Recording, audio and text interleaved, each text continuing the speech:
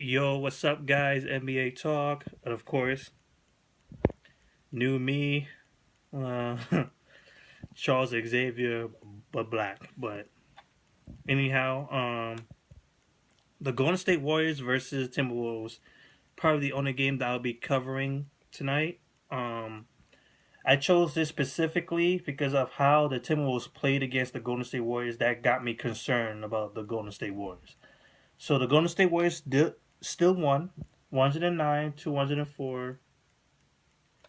It's just that the Timberwolves almost played like the pretty much the San Antonio Spurs. If you haven't saw the Golden State Warriors versus San Antonio Spurs, you gotta look it up. Find it somewhere, anywhere, and see that game. That game was good. Um, the Timberwolves almost played exactly that because they were harassing Stephen Curry. They were harassing Klay Thompson. Trying to stop the 3-point shooting, and it was actually kind of working. Um, The Golden State Warriors shot 33% from the field 3-point range. They still shot a high number though. Uh, so so the Golden State Warriors canceled that, but that got me concerned because they were harassing Stephen Curry. He wasn't playing like himself. Is Stephen Curry winded? Maybe they should rest him. That'll be good for him to rest him if that's the case. Um, I'm thinking that this team is getting exposed, but I don't want to jump into conclusions. We gotta watch a few games from now, and plus we gotta see the Warriors versus San Antonio Spurs again at San Antonio. Maybe we have a different outcome. Maybe we could get Andre Iguodala back on Andrew Bogut. So we gotta wait and see. So let's go into the stats right now because it was a real back and forth game. Stephen Curry had 19 points, 11 rebounds. No, not 11 rebounds, 11 assists, and 7 rebounds. Sorry. So 19 points, 11 assists, 7 rebounds, 3 steals as well. Klay Thompson, 17 points. He shot 5 out of 14, which is not pretty good, but 5 of them were his 3-pointers. So he did do good in the 3-point department. But Stephen Curry did not, when he shot 2 out of 9.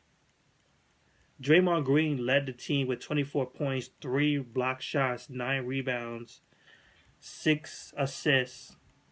Pretty good. Harrison Barnes filling in for the power forward spot with 6 points, 7 rebounds.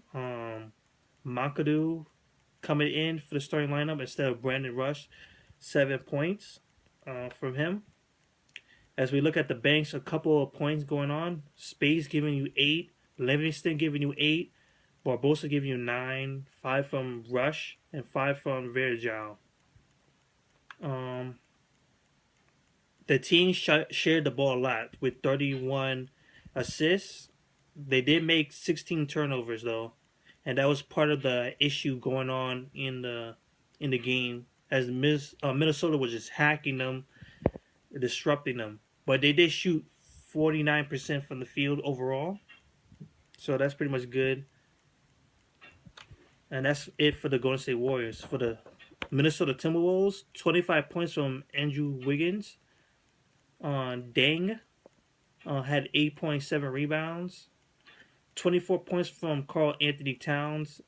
He also had 11 rebounds. 19 points from Zach LaVine. And 20 points from Rick Rubio, which is a very good surprise. A very good way. 11 assists as well. He did make 6 turnovers, but he made over it with the points he was making. The team shot 43% overall, 36% from the 3-point range. They shot better from the free throw line, 83, instead of the Golden State, who shot a weird 62% from the field. From the free throw line. So that's pretty much it. I have to watch these few games from Golden State lately was coming up, because I don't want to mistake this as being exposed for the Golden State Warriors. Um, but if it's true that they're getting exposed now, because I'm thinking that every team watched the San Antonio Spurs versus Golden State Warriors game and just like, I'm gonna do that too. I'm like, because pretty much they were just all over Stephen Curry, and I'm like, oh boy, they're doing the same thing that Spurs were doing. The Warriors face the Clippers at home.